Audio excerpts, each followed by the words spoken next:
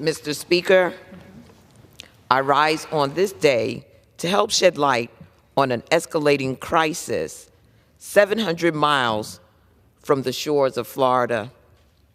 That crisis is in the island nation of Haiti. I'd like to thank my colleagues for anchoring this evening's special order hour as part of our mission in the Congressional Black Caucus. Congresswoman Sheila Surfalis McCormick and Congressman Jonathan Jackson, your leadership is tremendous. And of course, my colleague, Congresswoman Stacey Plaskett of the U.S. Virgin Islands. There is no doubt that the Haitian people are experiencing some of the most horrific times in modern day civil society. Their democracy has been suspended, and there's no viable governance. Anarchy is poised to take root, and there's no protection for the people. This is a humanitarian crisis that has reached unprecedented levels with widespread food insecurity, hunger, and undeterred gang violence filling the void and terrorizing the nation. According to the UN, 4 million people in Haiti face acute food insecurity, and 1 million are one step away from famine.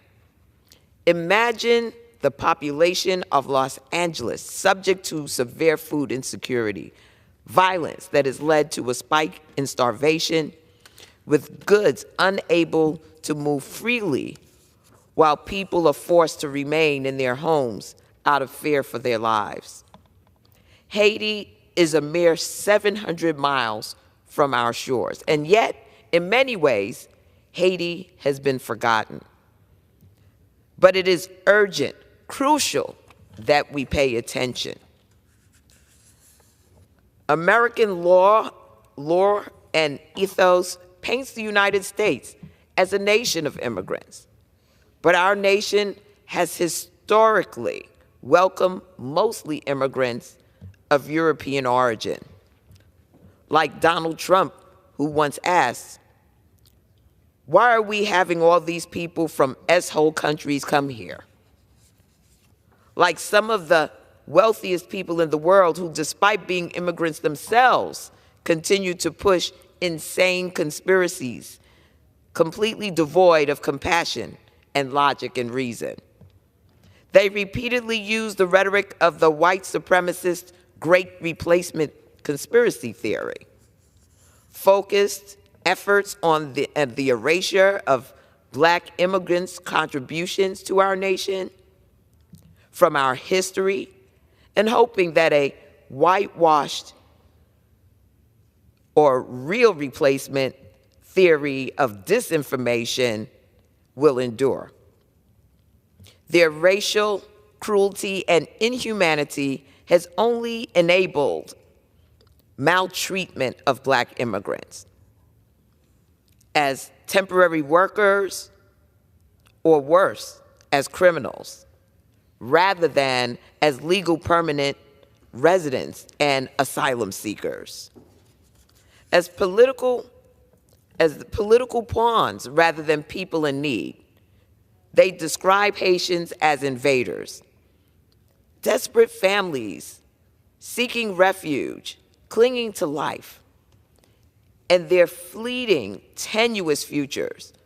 They're not invaders. Such rhetoric reflects an ongoing 21st century vicious quest for racial hierarchy and immigration policy that deters and blocks Black refugees and immigrants from entering the United States. It is urgent that we pay attention because the Black African descendant diaspora has always been the reservoir to Black communities and Black families in the United States. From Malcolm X, whose mother was from the island nation of Grenada, to Vice President Kamala Harris, whose father is Jamaican, just like mine. And as we continue to bear witness to the hell unfolding on a small nation a mere 700 miles off our coast. We can never forget that Black history is American history. So in closing, I implore my colleagues and the administration to come together for our Haitian sisters and brothers. My co-chairs from the Haiti caucus and I will continue to push this administration to extend TPS for Haiti and a pause to deportations.